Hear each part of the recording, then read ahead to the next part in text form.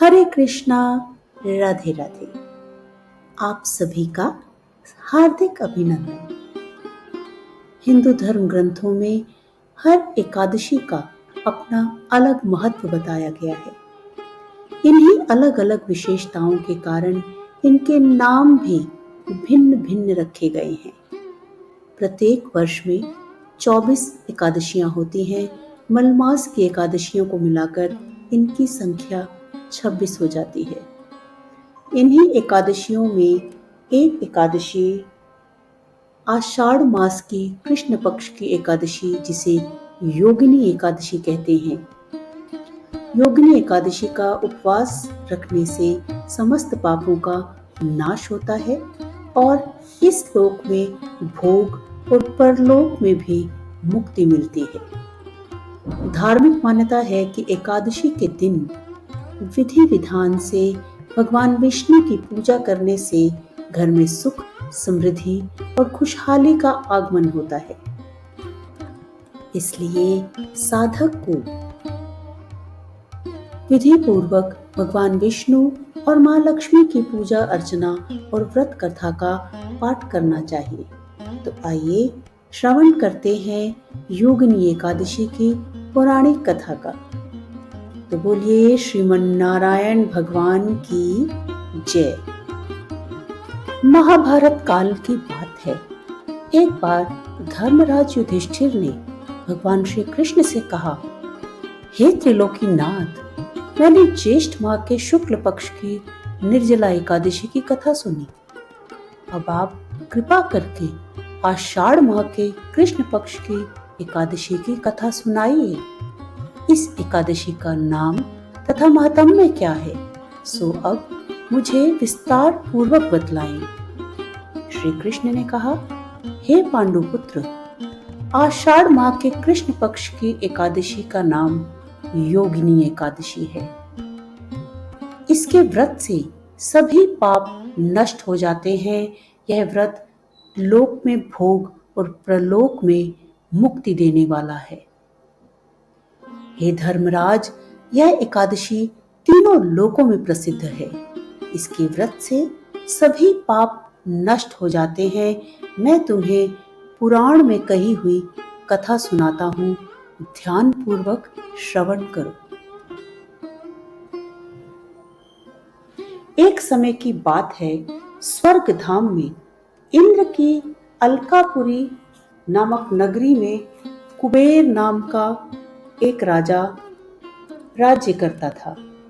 वह शिव भक्त था और प्रतिदिन भगवान शिव की पूजा करता था। उसके यहाँ हेम नाम का एक माली शिव पूजन के लिए प्रतिदिन फूल लाया करता था। एक दिन माली फूल लेकर राजा के भवन में ना जा सका। उधर राजा कुबेर मंदिर में बैठकर शिव पूजन कर रहे थे और दोपहर तक उस माली की राह देखते रहे। जब माली दोपहर तक भी पुष्प लेकर राजा कुबेर के पास नहीं पहुंचा, तो अंत में उन्होंने अपने सेवकों को आज्ञा दी कि जाओ, जाकर कोई हेम माली के ना आने के कारण का पता लगाओ। सेवकों ने कहा, हे राजन, वह तो अपनी पत्नी के साथ रमण कर रहा है, इसी कारणवश वह फूल लेकर नहीं आया है। सेवकों की बात सुनकर राजा कुबेर की आंखें क्रोध से लाल हो गईं। उन्होंने तुरंत ही हेम माली को बुलवाया और हेम माली कांपता हुआ उपस्थित हुआ। राजा कुबेर ने कहा, अरे पापी, अरे कामी, तूने परम पूज्य शिवजी जो मेरे परम पूज्य हैं, उनके पूजन में विघ्न डाला है। तूने पूजन की अवहेलना की है और पूजन का महत्व नहीं समझा है। इसलिए मैं तुझे श्राप देता हूँ कि तू अपनी पत्नी का वियोग सहे और मृत्यु लोक में कोढ़ी हो जाए। कुबेर के श्राप से हेम माली का उसी क्षण स्वर्ग से पतन हो गया। वह उसी समय पृथ्वी पर गिर गया। भूमि पर गिरते ही उसे कोढ़ निकल आया, परंतु शिव पूजन की पुष्प सेवा के प्रभाव से उसकी स्मरण शक्ति लुप्त नहीं हुई। उसकी स्त्री भी उसी समय बिछुड़कर अंतर्ध्यान हो गई।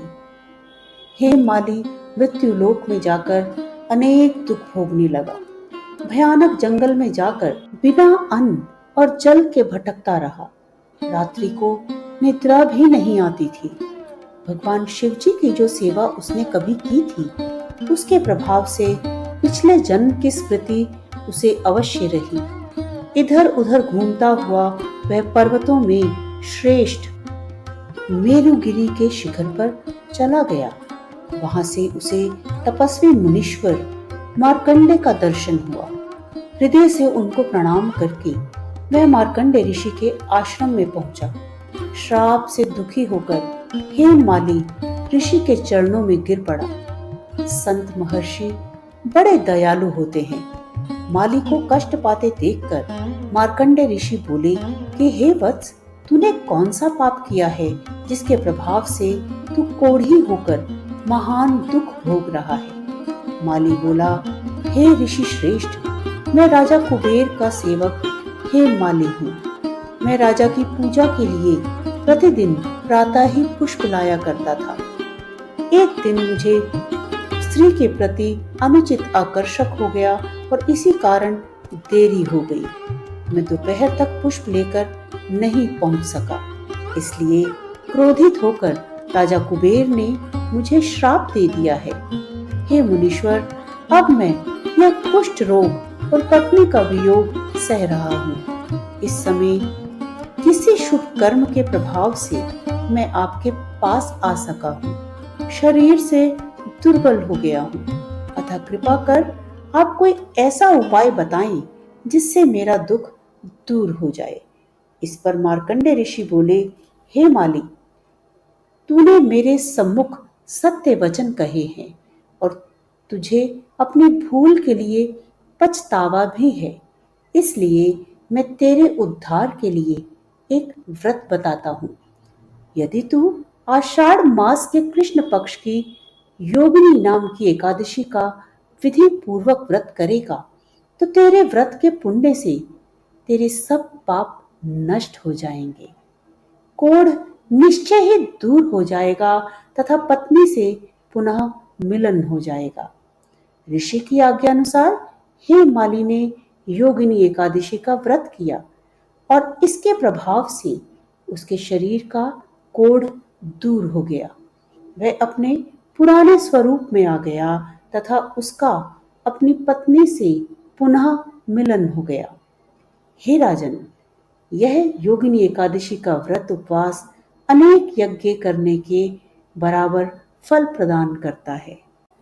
भगवान श्री कृष्ण ने कहा, हे राजन, इस योगिनी एकादशी का फल 88,000 ब्राह्मणों को भोजन कराने के बराबर है।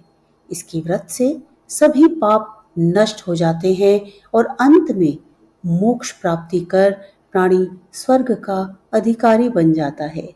तो बोलिए श्री बांके बिहारी लाल की जय। यह कथा श्री ब्रह्म वैवर्त पुराण से ली गई है। इस दिन मिश्री का सागार लेना चाहिए। तरल पदार्थ मिश्री का प्रयोग दूध व दूध की मिठाई व फल आदि इस व्रत में ले सकते हैं। यदि आपको यह वीडियो पसंद आई हो तो कृपया लाइक के आइकन को जरूर प्रेस करें और आगे भी चैनल से जुड़े रहने के लिए चैनल को सब्सक्राइब कर लें। और हाँ, कमेंट बॉक्स में श्री हरि का कोई प्यारा सा नाम जरूर पोस्ट करें। भगवान श्री विष्णु और माँ लक्ष्मी की असीम कृपा आप सभी पर सदैव बनी रहे। राधे राधे।